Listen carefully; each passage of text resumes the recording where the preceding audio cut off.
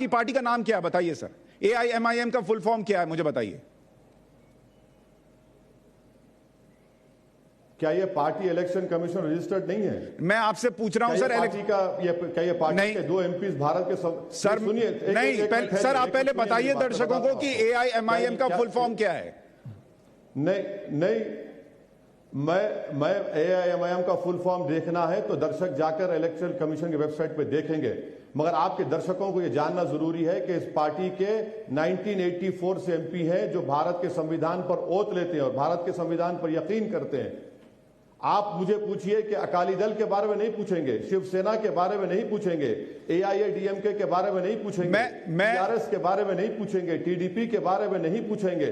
कितने पार्टीज में आपको बता दो, मेरी पार्टी इलेक्शन कमीशन में रजिस्टर्ड है। इलेक्शन कमीशन मुझे इलेक्शन लड़ने की इजाजत देता है। अगर आपको या किसी और को इससे तकलीफ हो रही है तो जाइए इलेक्शन कमीशन को। नहीं, मुझे कोई तकलीफ नहीं है सर, बुरी बात मैं तो कह रहा हूं आप खुलकर बोल दीजिए ना। आपको तकलीफ है इलेक्शन लड़ने से? बैरिस्टर असदुद्दीन ओवैसी, मेरी पार्टी का नाम सुनिए, मैं बोल रहा हूं, सुनिए, बोलिए, बोल रहा हूं। मेरी पार्टी का नाम कुल हिंद मजलिस इत्तेहादुल मुस्लिमीन है। अंग्रेजी में आपको समझाने के लिए ऑल इंडिया मजलिस इत्तेहादुल मुस्लिमीन है। और जो कोई पॉलिटिकल पार्टी जब इलेक्शन कमीशन रजिस्टर होती है तो उसको भारत के संविधान को मानना पड़ता है। जब मेरी पार्टी भारत के संविधान में इलेक्शन कमीशन रजिस्टर्ड है, संविधान को मानती है, तो इसमें आपको आपत्ति क्यों है?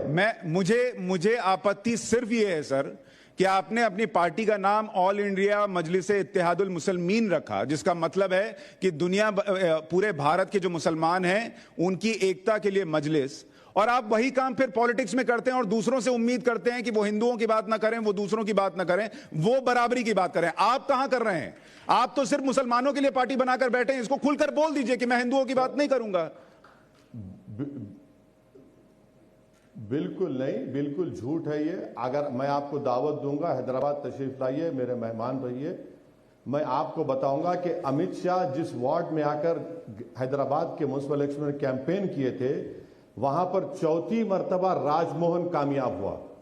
4थी मर्तबा 12,000 वोट से बीजेपी कैंडिडेट उठा रहा है। आप आइए औरंगाबाद में चलिए, हमारे कितने नॉन मुस्लिम कॉर्पोरेटर से देख लीजिए। मैं आपको देखना चाहिए। मैं एक छोटी सी बात कहता हूं, ओवैसी साहब, मैं हैदराबाद आया हूं। ओवैसी साहब, आपको भी याद होगा मैं हैदराबाद आया हूं और आपकी ही बाइक पर बैठाकर आपने ही घुमाया है। मैंने देखा है। मैं आपसे कहता हूं, आप इतनी संविधान की बात करते हैं तो पार्टी का नाम आप पार्टी का नाम ऑल इंडिया मजलिस इत्तेहादुल हिंदुस्तानी कर दीजिए। सुनिए, मुसलमीन क्यों रखते हैं? अरे भाई, मुसलमान क्या हिंदुस्तान का नहीं है? लेकिन आप सिर्फ मुसलमान के नहीं है ना। आप ये बोलना चाहते हैं? ओवैसी साहब तो मेरे भी हैं, मैं हिंदू हूं लेकिन मेरे भी हैं। बिल्कुल नहीं हूं, बिल्कुल आपका हूं, बिल्कुल मैं आपका हूं, आप मेरे हैं। आप सब्सटेंटिव इक्वालिटी, लेकिन आपकी पार्टी के नाम में मैं नहीं हूं ना सर। हो रही है, आप मेरे हैं, मैं आपका हूं, लेकिन आपकी पार्टी के नाम में मैं नहीं हूं। ये मुसलमीन हटाइए सर। बिल्कुल, आप बिल्कुल सही कह रहे हैं, मगर आप भी संविधान में, मैं भी संविधान में हूं। हर पॉलिटिकल पार्टी संविधान को मानती है, संविधान सबसे ऊपर है और संविधान के तहत मेरी पार्टी का रजिस्ट्रेशन हुआ है। यह बात आप समझने से कासिर हैं। संविधान के तहत हुआ, मैं मान गया, पर मैं कह रहा हूं कि जब भारतीय जनता पार्टी हो सकती है, इंडियन नेशनल कांग्रेस हो सकता है, तो ऑल इंडिया मजलिस इत्तेहादुल मुसलमीन की जगह ऑल इंडिया मजलिस इत्तेहादुल हिंदुस्तान क्यों नहीं हो सकता? सबकी एकता की बात कीजिए ना सर। अरे मेरे सुनिए, आप समझ नहीं रहे हैं।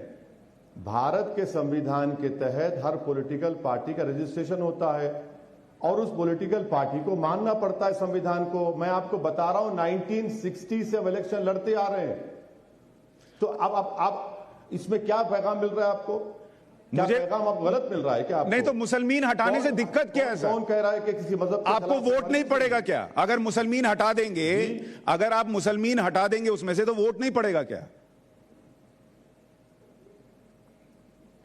नहीं सर, वोट पढ़ना नहीं पढ़ना है तो अल्लाह तय करेगा ना, जनता तय करेगी। तो मैं कभी इलेक्शन जीतता भी हूं, हारता भी हूं, तो इसमें बुरी बात आप फिर माने बैठे हैं कि आपको वोट वही देगा जो अल्लाह की सुनता है। इलेक्शन लड़ते हैं, जीतते हैं, हारते हैं। आप माने बैठे हैं ना कि वोट आपको वही देगा जो अल्लाह की सुनता है, जो श्री राम की सुनता है वो नहीं देगा। बिल्कुल नहीं, बिल्कुल नहीं, बिल्कुल नहीं। मैं आपको फिर बार बार कह रहा हूं, राजभवन कॉरपोरेटर ने अमित शाह के आने के बाद भी बीजेपी का कैंडिडेट हार गया। राजभवन उसका नाम है। अब आपको और क्या बताऊं मैं।